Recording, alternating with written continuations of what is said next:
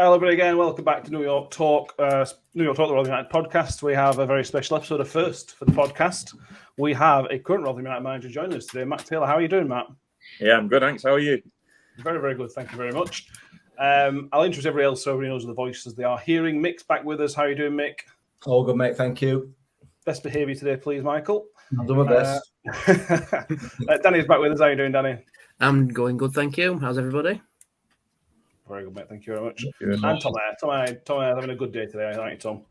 Absolutely. Finishing uni has never felt so sweet.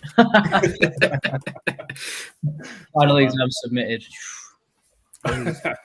Yeah. We have. Oh, let's start with this, Matt. We've talked briefly off the air. Then, how has your summer been so far? Well, obviously not in summer yet, technically, but post season, how's that been? Enjoying your time off? Very enjoyable.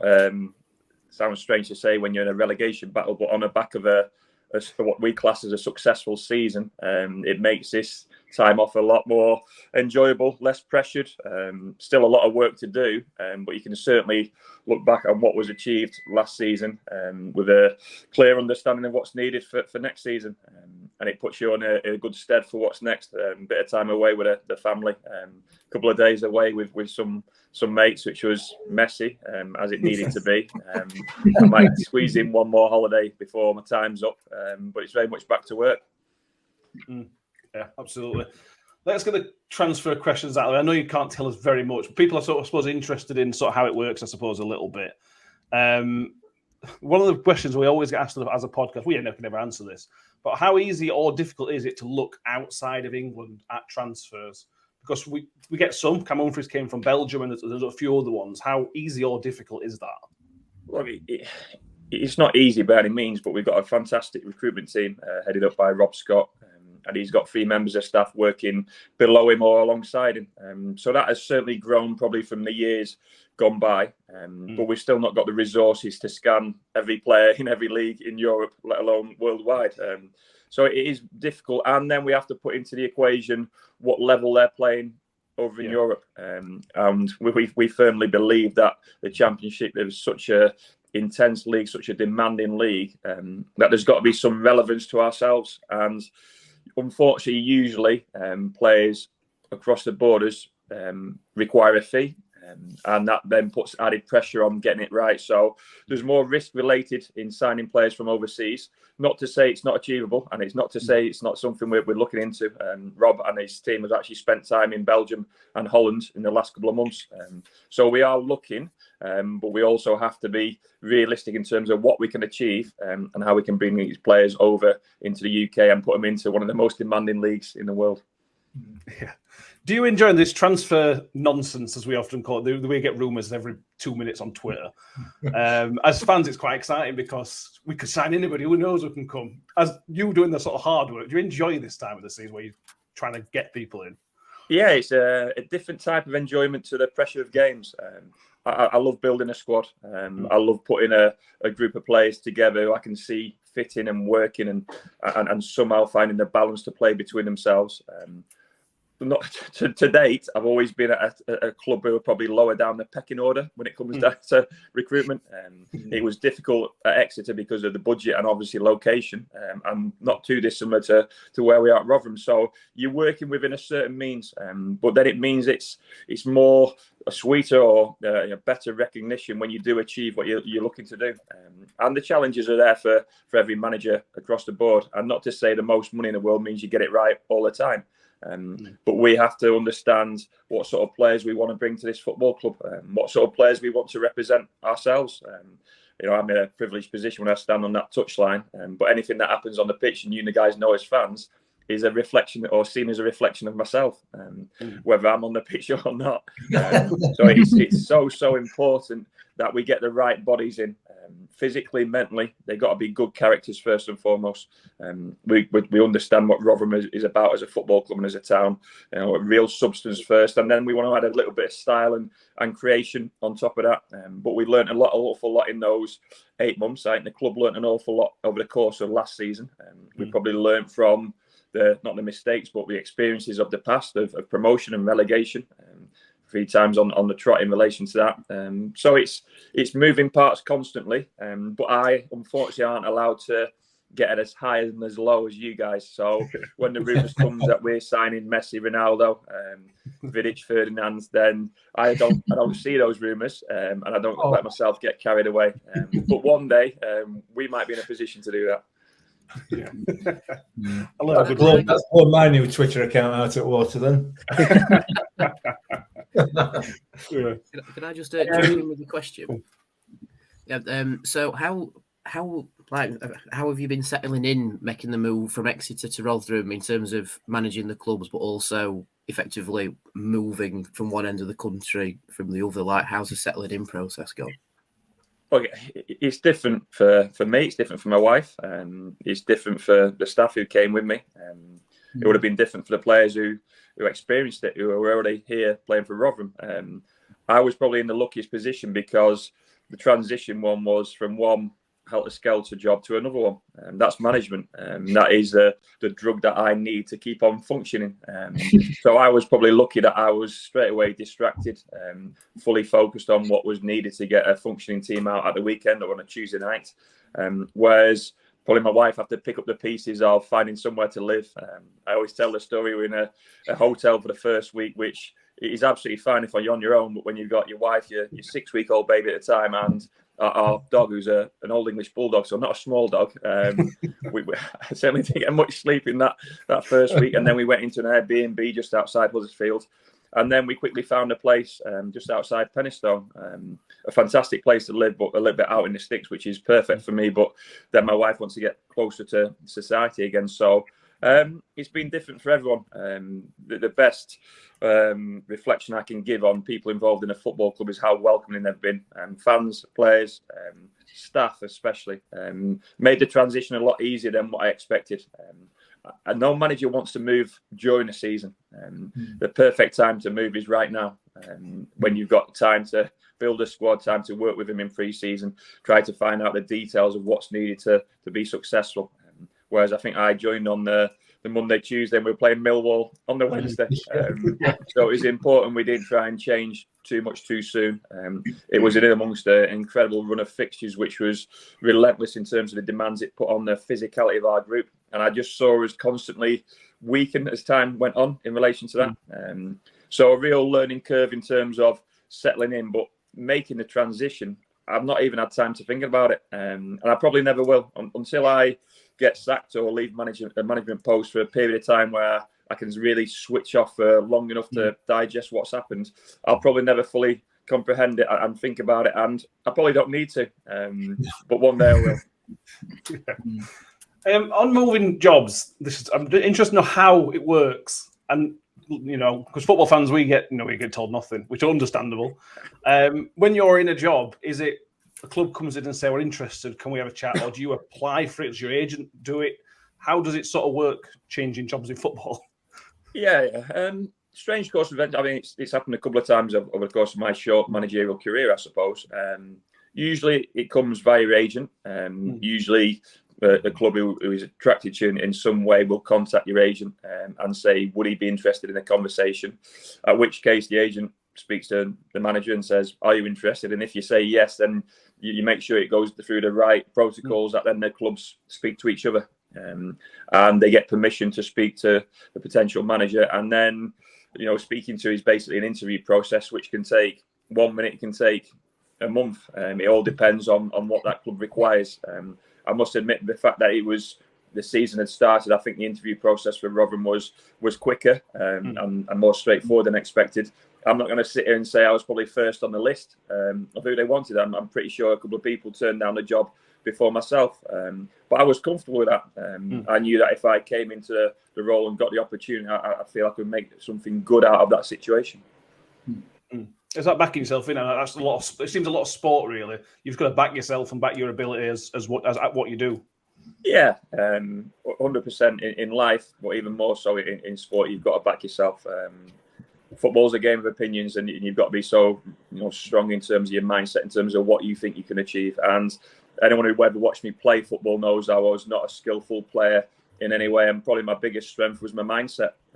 And that's something I've tried to take into coaching and then management. And you have to take the opportunities when they come. and I left a fantastic club in a fantastic position, and that was difficult to do.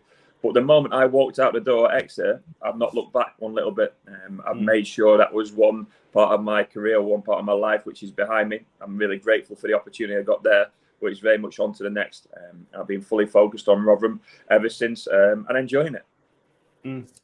Interesting that you talk about when you were playing, maybe the ability wasn't there. That seems my personal thing in football. Our previous manager, Paul Warne, wasn't the greatest player in the world, but he gave everything else. He had the other side of his game, and it's you don't often see the best players go on to be the best manager. Pep Guardiola's obviously a bit different, but the best players in the in the Championship League One don't always make the best managers. It doesn't quite work out for them, so to say. No, and I think it helps me. I don't know if it helps Paul previously. I wish I had the talent some of our players had, and I wish I had the talent of some of the players we play against. It's incredible to witness. But I was never good enough. But I was comfortable at being the best version of myself, and that got me to where I was in lower league football. I had a little glimpse of playing in the Championship, but was nowhere near at the level. But that was fine because I felt I maxed myself out. Now, some of our players, I feel they still got more to give in terms of their maximum. They don't even know it yet. And certainly today, in terms of coaching young men and the way society is at the moment, the demands to really push yourself aren't quite there.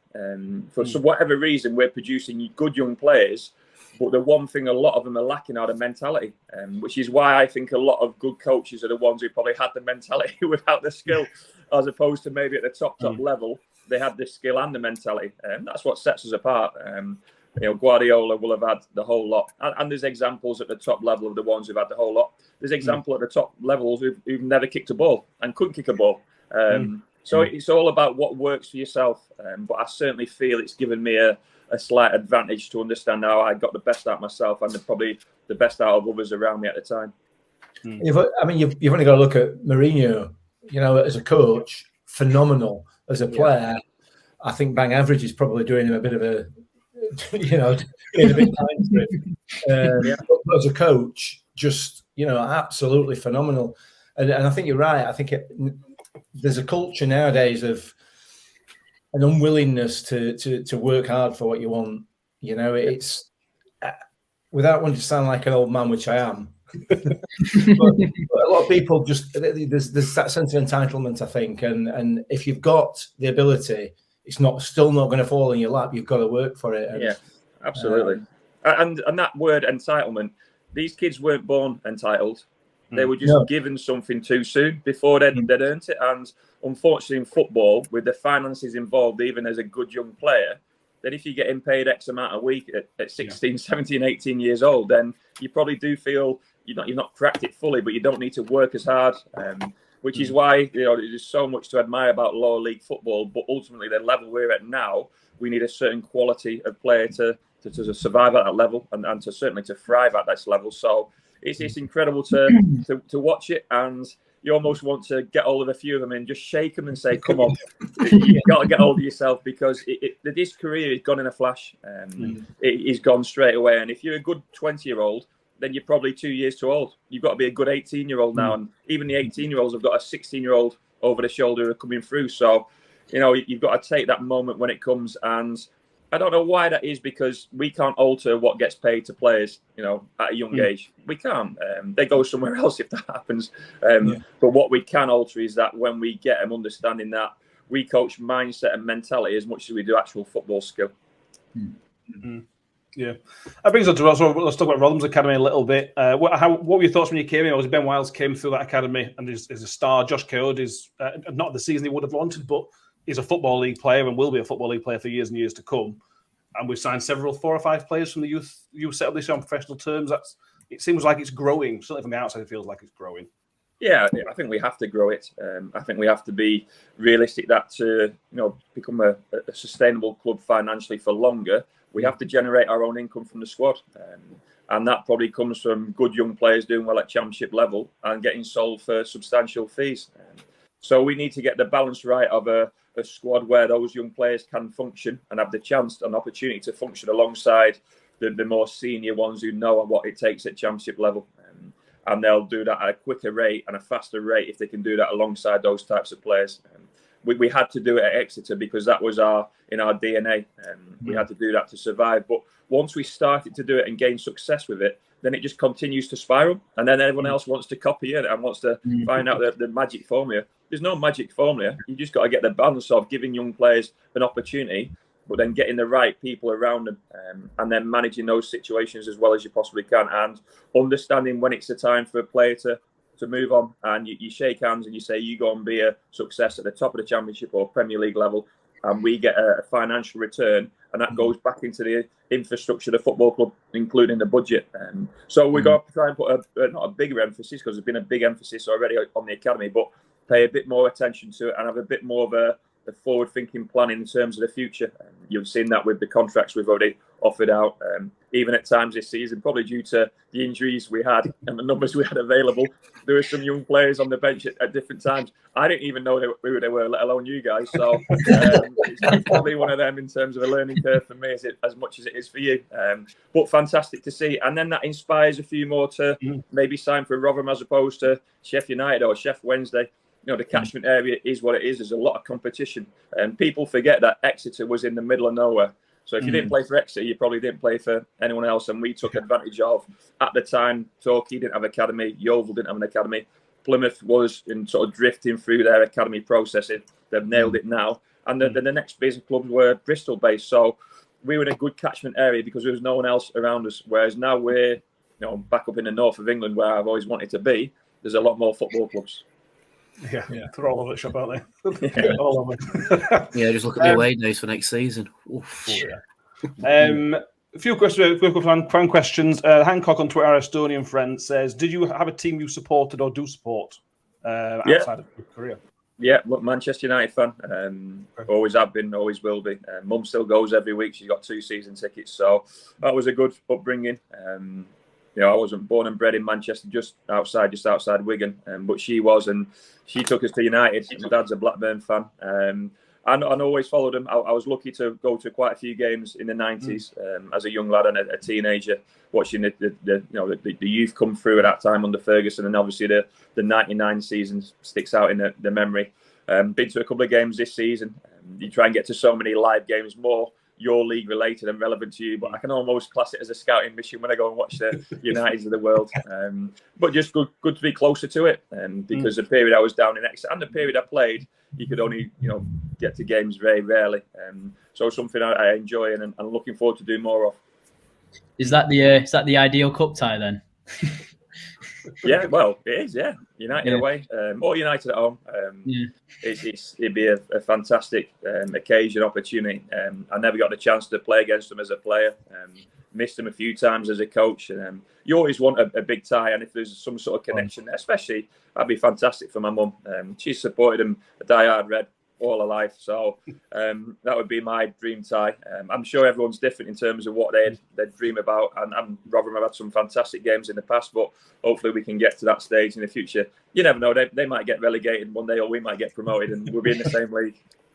You were so close to that this season as well, weren't you? Third round, yeah. So close. She had a hand on the ball and then dropped it.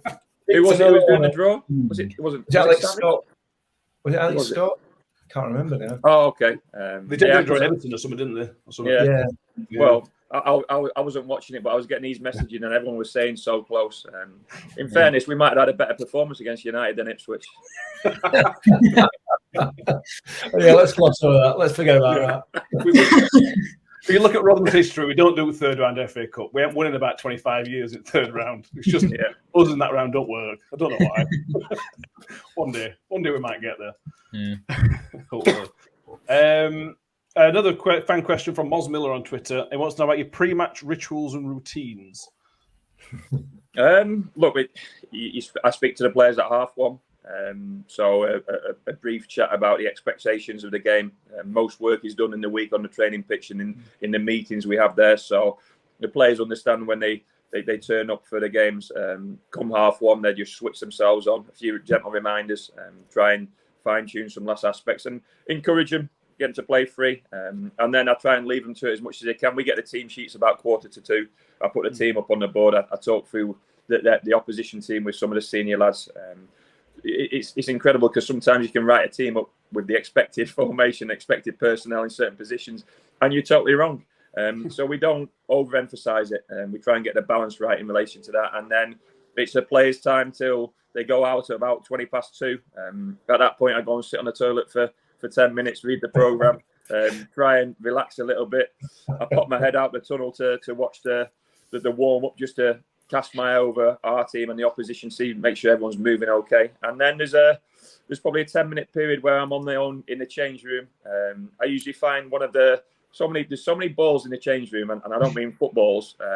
There's so many like medical balls, squash balls, tennis balls, golf balls. So I just chuck it against the wall and bounce it around and play a bit of catch. And it's always the goalkeepers that come in early, Victor or Josh, whoever it is who's playing in nets, come in about 5 or 10 minutes before the outfield players. So at that point, I just make sure everyone's okay. They're quite a good group in terms of getting themselves going. I asked our coaches, was the warm-up good? Are they looking bright? And sometimes they say they need aliveness. Sometimes they say, yeah, they were bright and on it. In all honesty, not much can prepare them any more so than they're already prepared for the game. And at that point, you go back in and get yourself ready to walk out and to support the team.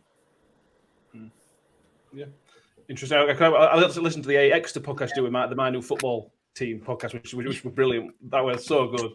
And I talked about on the podcast that you don't. About half one where you don't speak to the players, and nobody believed me. Nobody believed me. And I thank you for everybody who's listening. This is real. But everyone's different. Everyone's different. Yeah. And I know some managers would speak to the players at 5 to 3. The messages have to be constant, and we try and get the majority of it throughout the week. But even there's examples throughout this season where things happen in the warm-up, things happen for your own team, things happen for the opposition. Johnny Howson got injured before the Middlesbrough game. He was playing centre-half and McNair came in. So we sort of targeted certain positions of their back line to almost deliver on, if that makes sense, or Jordan Hugill to stand on. So, you have to be open to changes late on. And sometimes I've had it in my career where players have dropped out the warm-up. They're not fully fit, and we have to adjust it as well. So just making sure you're prepared for what's next. Yeah. From Will Hutchinson, I think it was on Twitter as well. Is there a manager or leader leader outside football that you sort of look up to and aspire to? There's a lot. I suppose the biggest influences are my parents for what they've done in terms of my upbringing and the guidance and the encouragement as well. I think my mentality is very much family based. Even both sets of parents, their parents and their families, the toughness we have in us comes from them.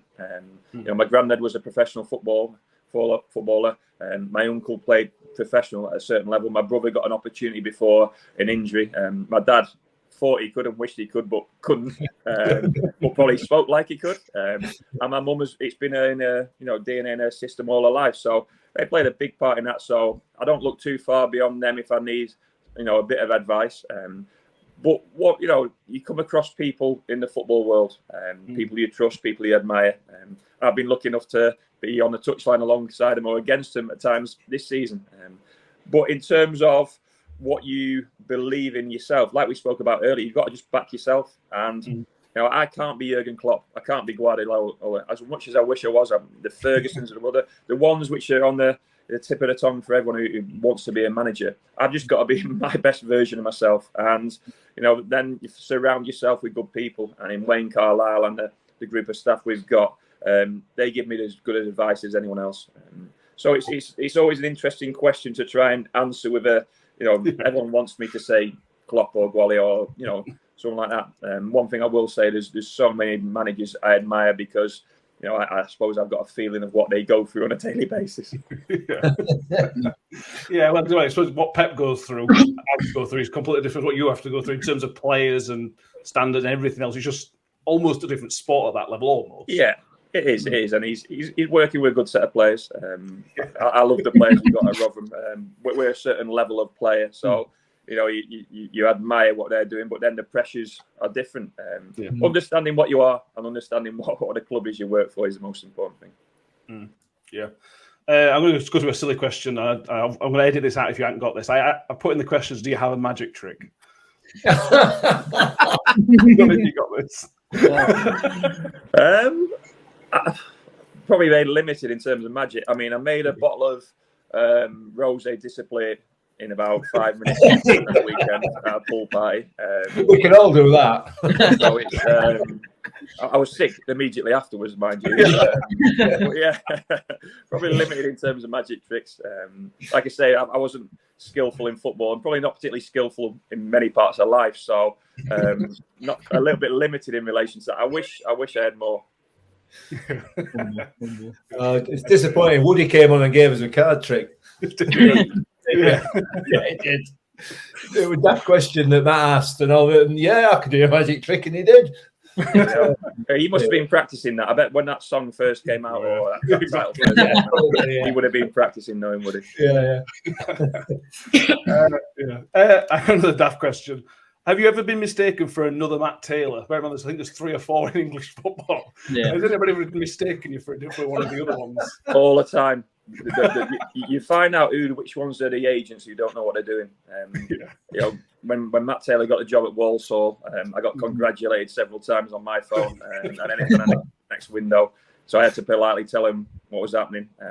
I think there's a Matt Taylor footballer at Oxford, or I don't know where he's been on loan this season. There's definitely a weatherman. So there's various Matt Taylors who I constantly get mistaken for. So I don't know if that's a good or a bad thing. But the Matt Taylor, obviously, who had a fantastic playing career, played in the Premier League. I think he got goal of the season about 3 seasons on the bounce. So if anyone's ever really drunk and they say, "What's your name?" I say Matt Taylor, and they're like, "Oh, the footballer." I was like, "Yeah." They say, "Oh, you used to score them goals." I just agree with it. There'll be a free drink. Left foot screamers from the halfway line. Yeah. Brilliant.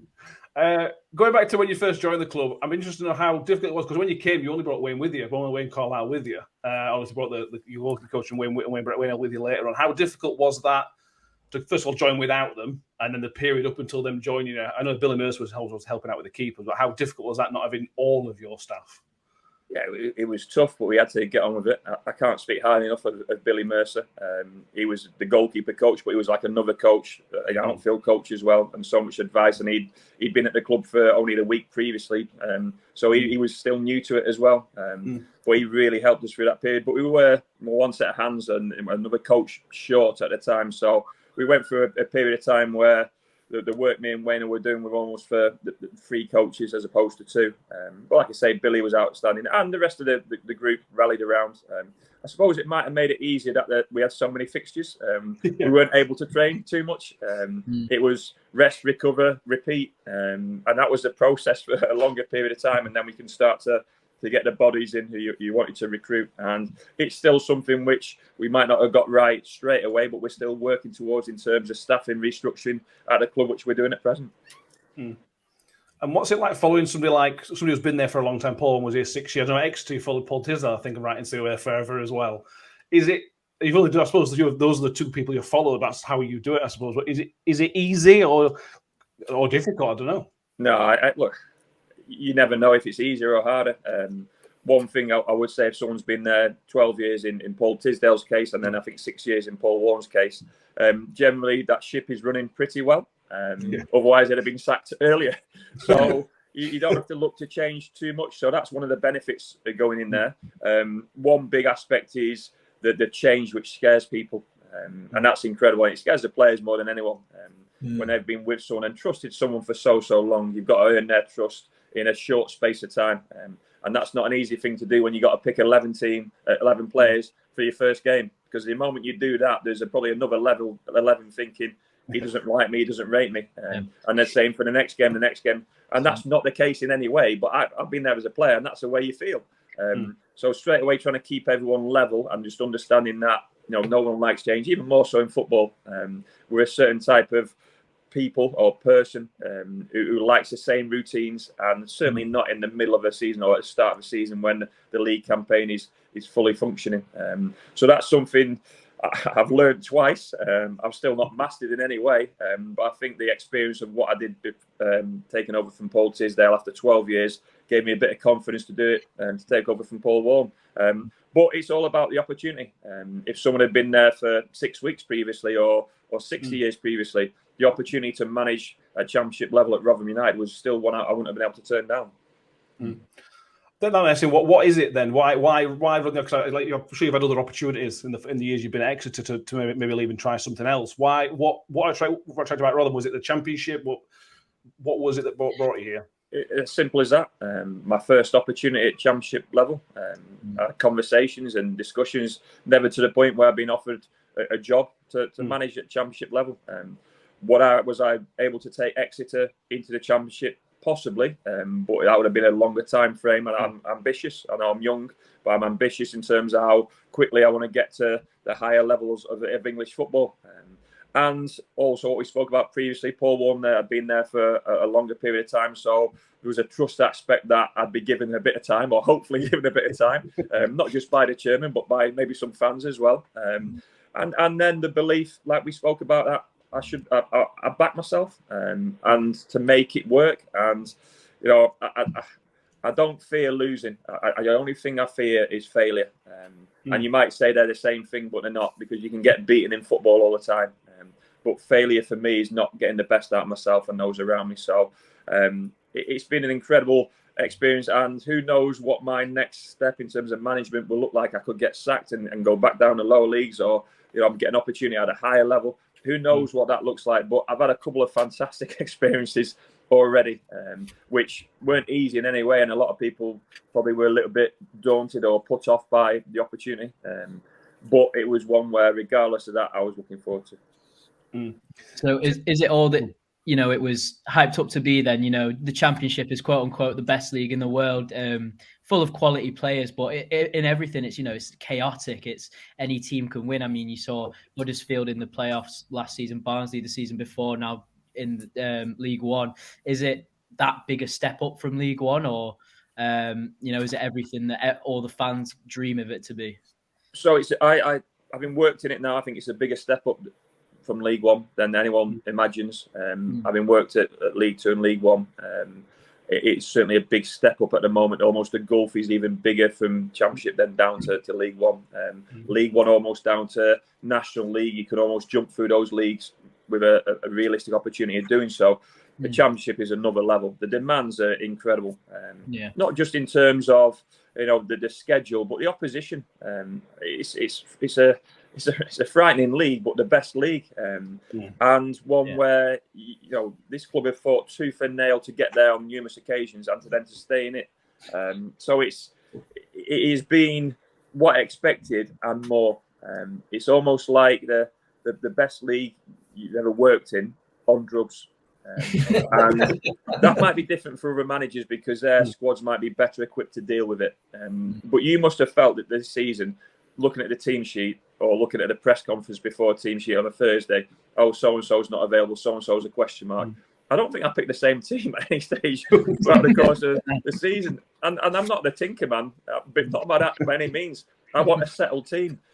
We just weren't able to do that at any stage. And that's what the league did to that squad of players.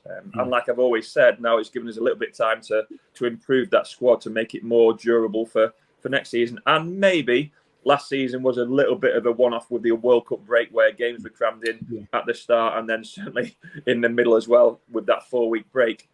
But there's still 3 or 4 international breaks throughout the period of Championship football. So it's incredible when you look at it from the outside and then you're actually in it, and it just hits you like a steam train. And if you're not physically and mentally up for the challenge, it'll just roll you over. But we've done pretty well so far. And now it's what's next.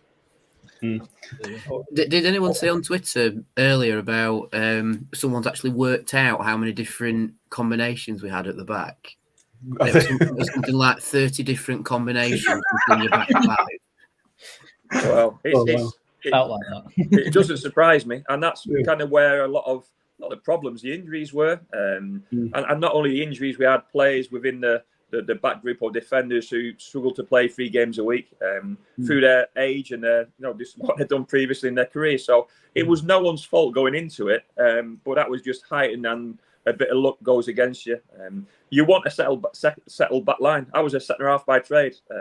You want to understand those partnerships. I mean, our one constant really this season was Victor, bar a couple of games. And then as the season went on in that back line, Cam Humphreys became our constant. And in terms of performers this season, you don't look far past them in terms of our biggest contributors. So, but we're certainly trying to attract players who can play more than the amount of games that has happened this season. And that really did hamper us. But our defensive record was still okay. It could have been better. It could have been worse. It was actually quite a big strength of ours that no matter who we put out there, defensively we were quite strong. Well, Cam Humphreys must have been worried to death because that central half position were a poison chalice at one point, weren't it? You know, you'd have somebody next to him one week and then they drop down injured within 20 minutes, and the next one comes in injured. You must have thought that train's coming for me sooner or later. Well, we spoke about young players earlier on, and Cam isn't a kid in any way, but maybe this season has put him in more in terms of a senior position. I'm certainly in a position as manager where he's more of a trusted player. I trust his body, I trust his game. He's someone we want to build the team around, and certainly with him on the pitch now, would he have got that opportunity or that exposure if they would have been fit throughout the season? He might have been a bit part player, finding his feet back in the Championship. All of a sudden, you saw with his certainly second half of the season performances, he went from strength to strength. But sometimes when you've got no other option, you've got to do that just to survive. And then all of a sudden, we've probably got an asset in Cam Humphreys who we might, develop a team around, or we might sell at some stage. He was outstanding for us. Yeah, very, very unlucky Cam Humphreys not to win Player of the Season. If it not been for Victor, for me, he was head and shoulders above everybody else. I bang on about him every week. I love him. Mick's got a thing about Cam Humphreys. I'm Cam's biggest fan, but he's another one who I want to shake, because I think there's more. Honestly, I do.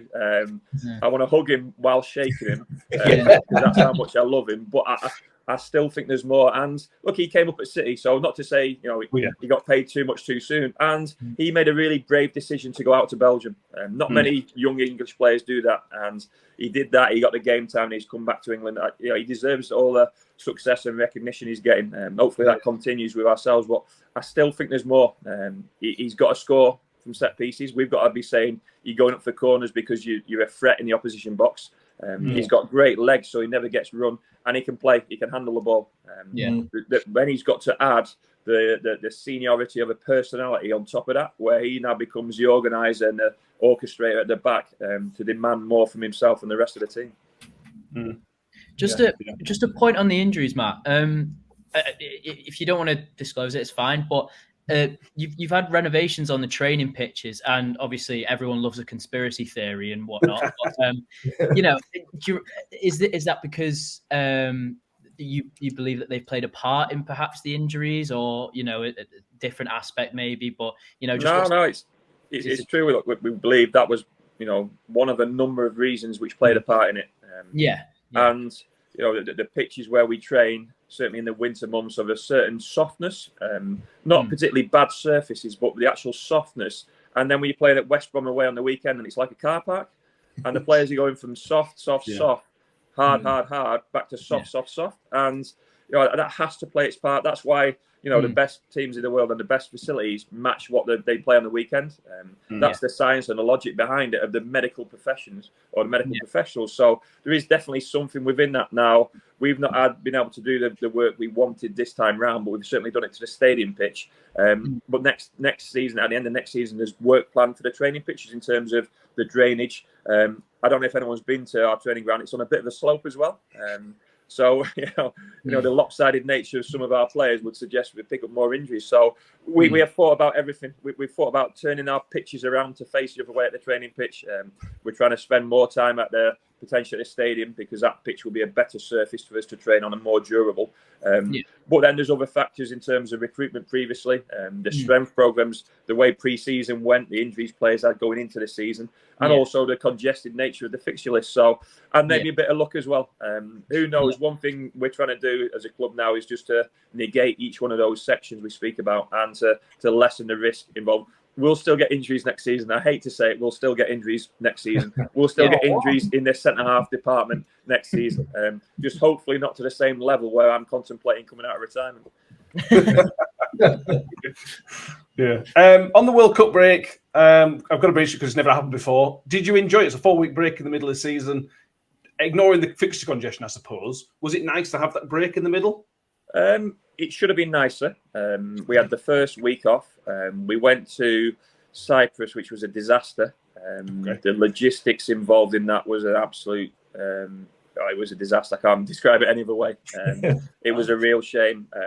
That was a pre-booked trip before I came to the football club, and I think whoever booked it and the people in place at the time had expected better facilities than what we found. They wanted walking out onto a pitch which was... It wasn't even a park pitch. It was unsafe for us to go onto. So we had to almost cancel the first couple of training sessions and phone up the local team, which was Paphos FC.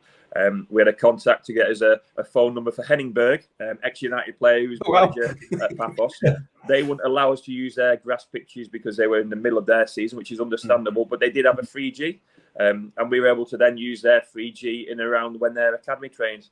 So we went all the way to Cyprus to train on a 3G when half our squad couldn't train on a 3G anyway with the physical and the injuries they've got. And in the hottest days of when it was a real shame. We didn't get what we wanted out of that trip, I'm afraid. And then that kind of had a knock-on effect in terms of the next 2 weeks of preparation going into what was then a poor run of fixtures for ourselves. So I probably learnt a lot more in relation to those couple of weeks. We needed the break, but actually it probably came at the worst time because we'd just beaten Sheffield United and drawn at Luton on the back of a good performance against Norwich and Burnley the week previously. And we were not really stronger when we did come back. We had so many injuries we were expecting to be fit and fully available when we came back after the break. That didn't really materialise in the way we expected it to. Yeah. So let's talk about the post-World Cup period up until the Blackburn game, which I'll talk about in a minute. Do you think that was part of it? The break just didn't go as you planned, and then it, like I said, had a knock-on effect to the West Brom, Bristol City, and a few other games. Yeah, but then even that, the momentum going into that game against Bristol City, and all of a sudden we had a really poor defensive display in that game. It knocked the stuffing out of us. We lost a little bit of belief and confidence straight away. And then the moment you lose one game in the Championship, you're probably away from home in the next one against a good opposition. And the way the bodies were alongside a little bit mentality. I spent probably the best part of 5 or 6 weeks watching a team I didn't really like in that period. And I was manager, so I was part of that and responsible for it. But I did not like what I was seeing. And I think a lot of people were struggling with what was to come in January. We spoke about trust and being scared of a new manager. A lot of people, understandably so, were worried about what's next. And you go to one or two ways: a bit of self-preservation, a little bit of lack of belief in terms of your position within the group and the dynamics of it. And our performances were poor. We couldn't say we played against good teams and it was Championship level, but we went on a really poor run. I think, bar the Boxing Day game against Stoke, where we performed relatively well but only took a point. There were some poor performances in there. New Year's Day at Millwall, and then going to Ipswich. I was at the point there where it was clear what I wanted to do and needed to do to get the club functioning again, or get the team functioning again. And we had to make some strong decisions in that time. Yeah. And then came the Blackburn game. It was a couple of signs came in, to be fair. Yelder came in before then, and Morrison came in, didn't he? John Morrison came in. I think John Morrison made his debut. And just talking about that game, because within a minute, Adolfin scores that stunner. And it just felt like this weight had been lifted off the entire stadium, and there was just that freedom, and we were sensational in that game. It was so good. Yeah, and that was 30 seconds into that game. In each of the games previously, we generally conceded early. And any belief we had going into that game just got whacked out of us straight away. Individual mistakes or team aspects, whatever reason, we just couldn't buy a clean sheet for long enough to get us in the game, or even a goal to get us ahead and feeling good about ourselves. We know that this team functions a lot better when it feels good about themselves. We've really struggled, first half of the season especially, we really struggled when we went behind. We barely equalised, I think possibly Hull and maybe one other game in the first half of the season where we were able to equalise at Championship football. Now, we improved that stat in the second half of the season, but that came down to belief and the quality of the group on the pitch. But all of a sudden, Hack smacks one in after 30 seconds, one of his mad out-of-the-box goals, which he generally scores. And then all of a sudden, everyone just took a bit of a deep breath and said, yeah, we're okay here. But that was helped with the introduction of Sean Morrison and Leo Helger, some fresh faces who weren't scarred from the previous 6 games or so. And then the belief came, and we had a bit of luck in the first half in that game. I think Victor made a good save, and then Ollie's goal goes in off the crossbar. Shane Ferguson scores a direct corner. And then, all of a sudden we beat Blackburn, who are on this incredible run and a top team. We beat them 4-0. And that was then a pattern of what our home form could be from then until the end of the season.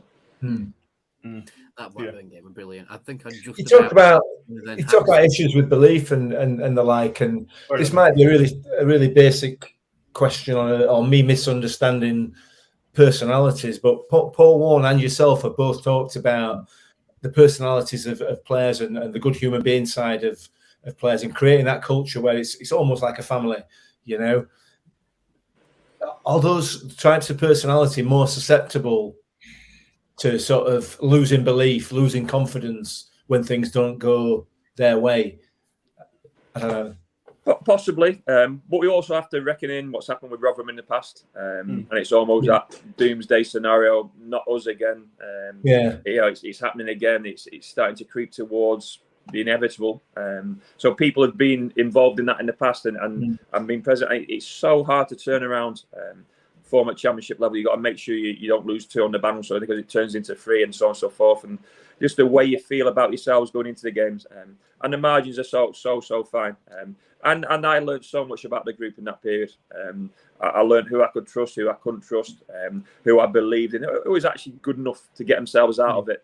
You can only say so much as a manager, because you get them built up and puffed up and chests out and going onto the pitch, and then the game tells you the truth. The game never lies. The game tells you straight away, are you good enough physically, mentally, or is your game good enough? It tells you straight away. And if your game's not quite good enough, you're in a really difficult position. And certainly in that period, I felt the majority of our group who were out on that pitch weren't quite at the level we needed to be. And I was part of that, because I'm always responsible, so I was the manager. But it also made it a little bit clear in terms of what sort of profile we needed to bring in January. Yeah, and you learn more about people when times are bad than when times are good. Far more, don't you? Absolutely. I've learned so much about that group of players, and that will be the 6-week period which I always look back on and refer to, because I know we'll have a period next season, hopefully not as long, where it's difficult. And that, I'm comfortable with that, and we'll be better prepared. I'll be better prepared for it. And when it does happen, we'll be able to address a certain aspect. But it still comes down to, is that team good enough to win that next game? Is that team good enough to stay level in that next game for long enough to feel competitive? And there were some incredible moments in that 6-week period during those games where you just think, how has that moment gone against us? But it kept on happening. It kept on happening. And I just saw the belief and confidence just drain out of that group of players. Danny, did you have a question? No, I was just commenting about the Blackburn game, about how I'd only just got in my seat and then Hack scored and I was straight back out of it again. One thing people have to remember about a Blackburn game, I'm never making excuses. That was the first time we had Chio and Shane available and fit, and the first time I was able to play a back 4. And there was so many times throughout my time from when I first came to that Blackburn game where we tried to go to a back 4, it didn't work because we didn't have the personnel ahead of it, and we put in players in positions which don't really fit. Now all of a sudden we had Chio, then we Connor centre forward that game, and Shane Ferguson fit and available, and there's your front 3, and our midfield 3 was suited with a Rathbone, a Dauphin, and Barlays, and that all of a sudden is a solid team moving forward with a solid back 4 behind them. So, having people available at the same time was something which we weren't able to do really until the second half of the season. And that gave us a bit more of a flexibility that we could change formation dependent on opposition or in games. I'd have still liked Shane available for more throughout the whole season, because he's such a versatile player, Chio to a certain extent. But we were really hampered to start with, where we had this structured system. We couldn't change it despite how poor we were performing. Hindsight's an incredible thing. We could have just put someone out on the right or left hand side and just said, "You're a right back, play there for me." I know you're a centre midfielder, play there. But even that sometimes doesn't work the way you expect it to. Just as a bit of a off question to that. So, I don't know about all the other fans, but I'm really interested to see because whenever a manager comes in, players come and go, but manager is steadfast for the club. So the amount of time that you're going to be at Rotherham, it is going to be your philosophy. And bearing in mind that you've not quite had your own squad yet, I'm really intrigued to see what your actual philosophy is. Is it a back four, back three? Is it, is it mentality wise? Is it, tactics wise? You don't have to give too much away, but just a kind of brief overview of it. It was. Look, it's a really good question, and I don't think you'll ever see it. And I won't be able to put it on the pitch at Rotherham because I have inherited a certain group of players. We've recruited in January with needs must. And now I'm forming a team around the ones which we've got on site and we trust as championship players. Of course, there'll be certain styles within that which I believe in. But I've got no set formation which I want to implement straight away. I want to get the best out of Cam Humphreys. I want to get the best out of Ollie Rathbone and Jordan Hugel. I want to build a team around the likes of those because they've shown they can do it throughout the course of a championship season.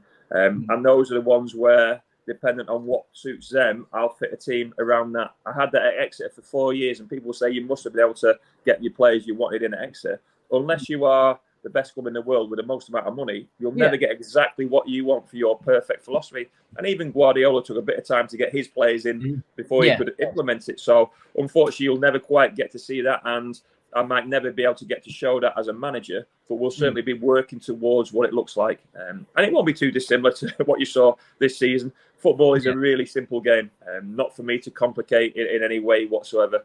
I've got a big belief that our home form throughout the course of last season was strong on the way we played. We have to improve our away form drastically, and we have to maintain the control of the ball for a little bit longer in all periods of the game, because we can't be a team who just exerts so much energy chasing the opposition and trying to defend, and then when we do win it back, not being able to use it. So getting the balance right will be absolutely key. But as with any time I've done in the off season, you build around what you've got, and the core is the core I've probably mentioned already to a certain extent, and you build around what suits them. Yeah. Can I just, sorry, I feel like I'm really taking over here, but in regards to, this actual transfer, whatever process, when you look at the likes of Brentford and Brighton, they pluck players from anywhere. Obviously they can because they're Premier League. They're a bit more attractive for players. But have you and Rob ever looked at that? Rob Scott, ever looked at that as a regard to, statistically, we want players who are going to run this much? Is that the kind of process that you guys go through, and then it's an eye test kind of? Yeah, it's a combination of everything you've mentioned. The coach's eye, as always, stats, how far they run, how fast they run, how many games they played, where they're coming from, so where they fitted into a team previously, and ultimately how they contribute. It's, like I said, it's a simple game. You need big contributors on the football pitch. I think we've mentioned already, bar Victor and Cam, how many people can we talk about from our league campaign last season who contributed in a big way? Set piece goals, assists. Dan Barlays is our biggest creator. He went in January. So to understand who the big contributors, which contribution turns into points ultimately. So we're scanning, Europe far and wide, but we also understand that we need a little bit of championship know-how within the group, something we try to do in and around the January period. And then that will allow us to be more creative with some younger talent to come through, and maybe some more risky ones or higher risk players from in Europe. But ultimately, getting the core of the team nailed down first and foremost, and getting the right partnerships amongst that is something we're aiming to do. It didn't happen overnight for Brighton. It didn't happen overnight for Brentford. But I can guarantee those two clubs, you're right to mention them, because they had a clear plan. And that's something I've tried to bring to this football club, is a clear plan. And if it fails, at least you look back on your plan to say that's why it went wrong, as opposed to being a bit sporadic and signing, he's available, we'll sign him. He played well against us, we'll sign him. And just picking certain players, and then sometimes you put them together. It works, sometimes it doesn't work. We've got to have a plan of a player profile that we are trying to bring to this football club, which we are working towards. Yeah. Just to move forward slightly, Matt, have you worn your shirt yet that we gave you? I've got to ask you, Hawaiian shirt. With your face all over it. I've not had a chance to wear it proper. I thought about taking it to Barcelona, but I thought it'd be the most arrogant thing I've ever done to wear a shirt with my own face on it. I was going to ask one of my mates to wear it, but they refused to wear it. So I've not worn it as yet. I was looking out for you guys at the Wigan game. It was a shame because there were so many yellow shirts with our away shirts in the away end, which was fantastic. I couldn't quite pick anyone out. Plus, there was some mad fancy dress outfits across the board. I will wear it at some stage. Maybe a fancy dress party where I can get unbelievably drunk and get a big sombrero hat and bits and pieces. I'll wear it at some stage, but I am grateful for that. I've been given a lot of things in my career, but never been given a shirt with my face plastered on it. Wasn't quite the end of season do attire then, was it? Oh, maybe next year. If we stay up next year, I'll wear it. If we get more than 50 points next year, that's verbal contract there now. I was hoping to see it when you have the pre-season camp in Spain. I was hoping to see it there. So am I. Business in pre-season, isn't it? It's all serious stuff in pre-season. A couple of games I want to talk about. We can't go anywhere without mentioning the Cardiff game, the first Cardiff game. Well, the second, the middle one. The middle one. Yeah. As a fan, that was just, I've never experienced anything like it. I imagine for you, you went in at half time and everything was sunny and lovely. And then you came out and there was suddenly a lake where the pitch was. Well, I think the weather reflected how I was feeling. We were awful in that first half, and I mean awful. I'd made one substitute after half an hour. I made two more at half time, but that all got put to one side when we came back out. And from out of nowhere, the firemen on the roof, the monsoon came, and all of a sudden the pitch was underwater. And when it wasn't expected, because at no stage at any point in the week build-up or the day had anyone said, "Oh, it's going to rain. It's probably going to rain heavily." It was just such a shock, and the pitch just couldn't take it. And the fact that we were playing poorly and we were 1-0 down emphasised Cardiff's situation, which I totally understand and accept. But that pitch was never ever going to be playable for the next 3 days, let alone the next 3 hours. And then it got to a scenario where we were trying to wait for as long as we could, and it got to 45 minutes, closer to an hour, and the players had been sat around. And both sets of players and management were like, they can't go back out because they'll get injured again. Our players get injured training, let alone sat around after 45 minutes of football. So the right decision was ultimately made. Obviously, a lot was made of it because the relegation battle, which both teams were in. But that was such a strange course of events. I mean, I was just trying to concentrate on what made us play so poorly in that first half and get my head around that and making sure that didn't happen again. Yeah, it was crazy. No, hopefully never see anything like it again because it was just insane. Yeah. We had fun on the post. Yeah, so it gave us hours of fun, didn't it? we did a podcast that was longer than the game. We managed to get an hour out of it. Yeah, and the Middlesbrough game. Let's talk about the Middlesbrough game because that was a special day for the club. It was the stopping of the yo-yo-yo was finally broken. How much was that talked about internally in the dressing room? Was that something that you allowed the players to sort of think about or use as motivation, or was it just sort of concentrate on the now? No, look, we spoke about it a lot, especially after the Cardiff game. We had a bit of a break going into, I think it was the Hull game, where we were able to realign our thought process, because that was the first time that Cardiff first half in the game, which called off, the first time I sensed the nerves on the pitch and in the stand and the anxiety in the performance. We were shaky beyond belief in that game, and we'd lost all thought processes and we'd lost control of ourselves, let alone the game. So from that point on, we made a big emphasis on concentrating on a block of 9 games and understanding what those 9 games would look like and what we needed from those 9 games. And we formulated a plan, and every single meeting we had, I referred to what's happened in the past, which is why if we don't start well, there'll be a little bit of anxiety in the stadium. We have to put that to one side. If the opposition are on top, no problem whatsoever. Believe that we're good enough to get back into the game, and just believe in the process of those last 9 games. Unfortunately, we got the 10 points we needed from those 9 games, and we actually should have been safe before the Middlesbrough game, because the Cardiff game in the last minute and the Bristol City game in the last minute, we should have had more points before that.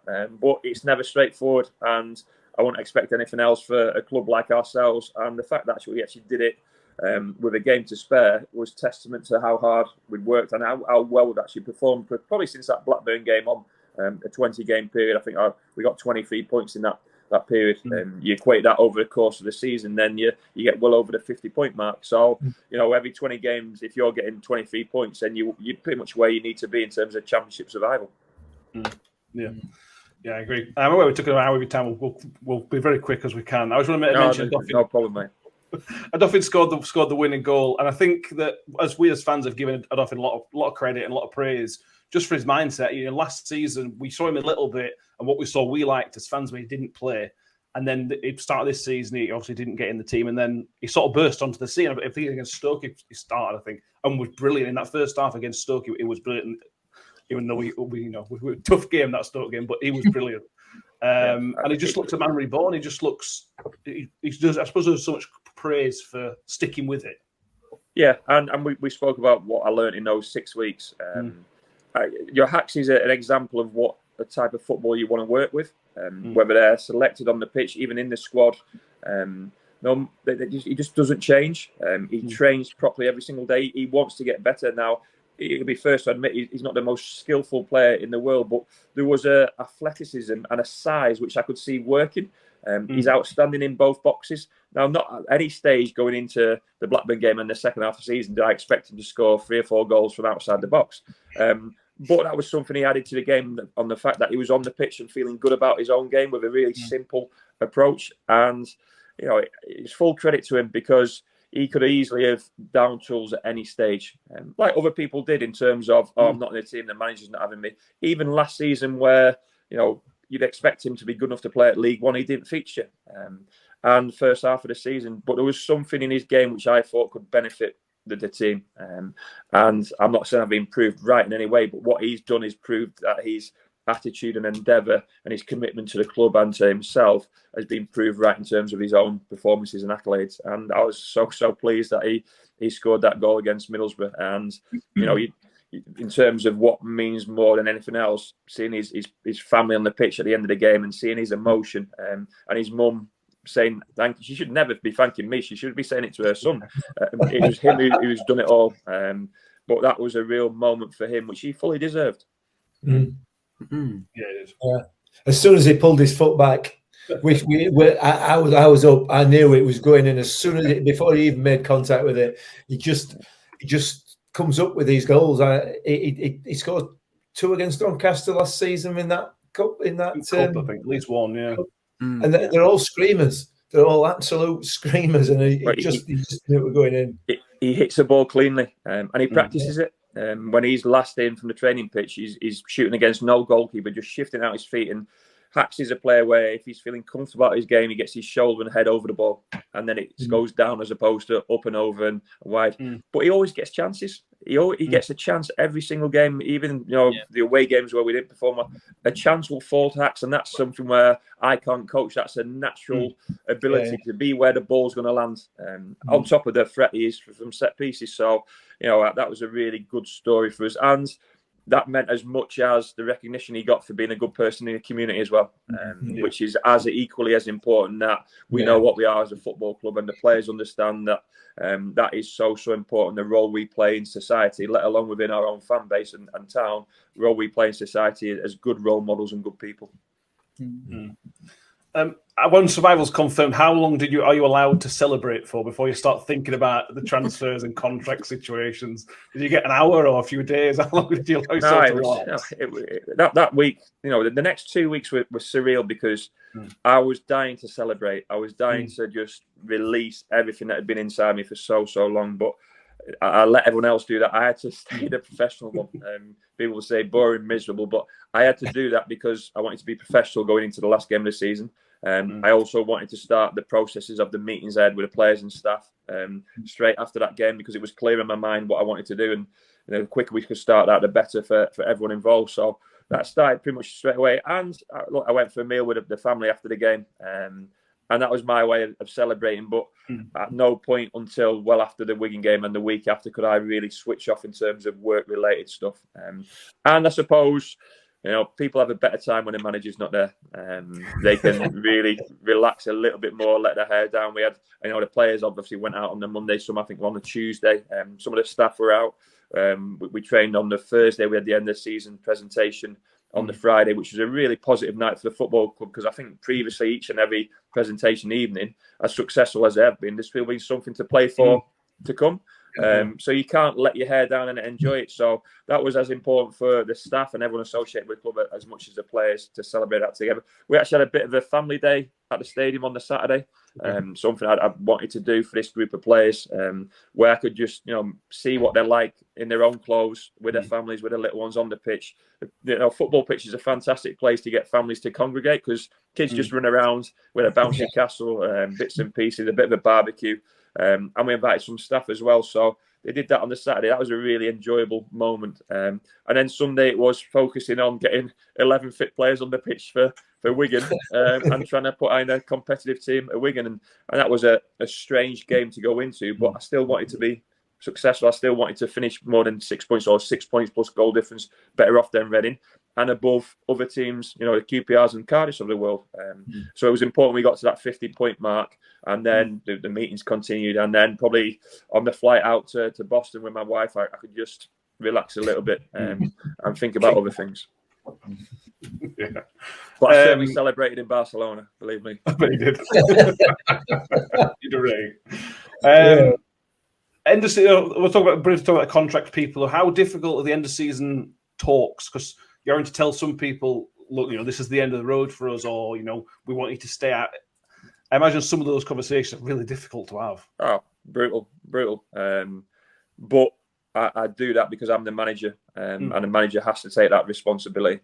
I try and look them in the eye, try and tell them face to face. I try and give the justification of it. No matter what you say, it doesn't make it any easier. I've been released as a player. I've been told that I'm on a free transfer as a player. I've been trying to get out of the club as a player. So I've sat there, but you're trying to do it for the right reasons. It's never. It feels personal. And it certainly feels personal for the players in question, but it's never personal. It's just where I see their games, and where I see their contribution in relation to what the squad needs moving forward. They are so difficult, but they are a needs must to then get to where you want to be at the start of next season. And there'll be some you get right and some you get wrong, but you have to believe what you are doing decision-wise is right. I imagine people, if this is a fan question, one of the most potentially difficult ones, Richard Wood, leaving the club after 9 years.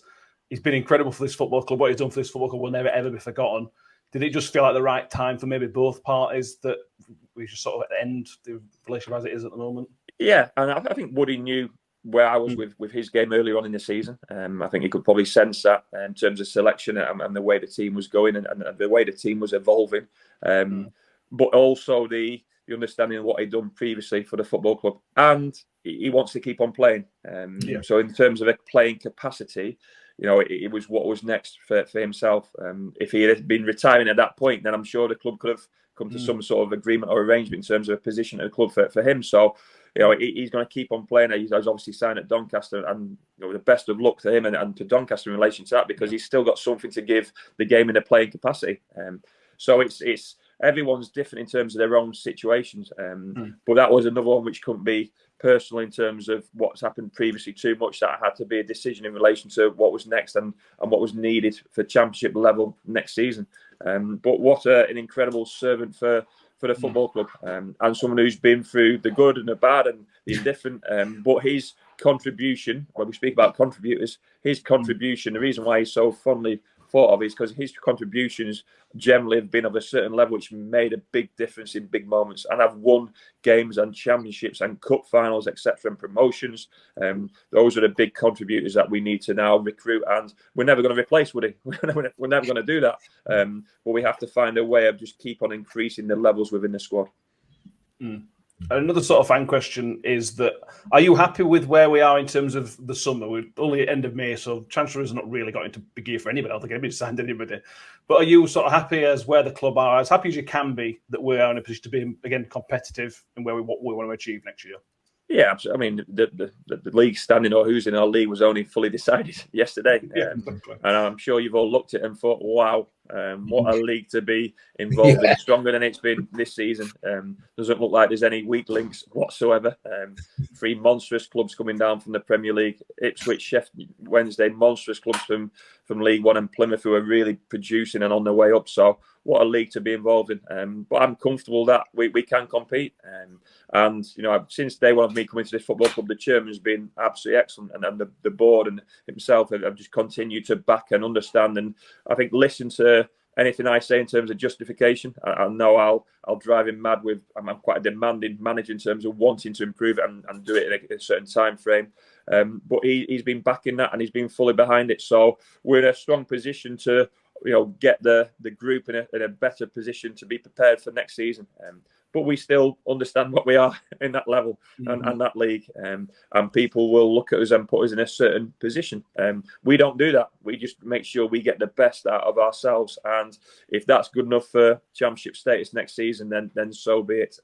But that's certainly our aim, expectation. One thing that the recruitment team are certainly understanding of is that we are looking for a certain profile of player. And we've got a plan to work to.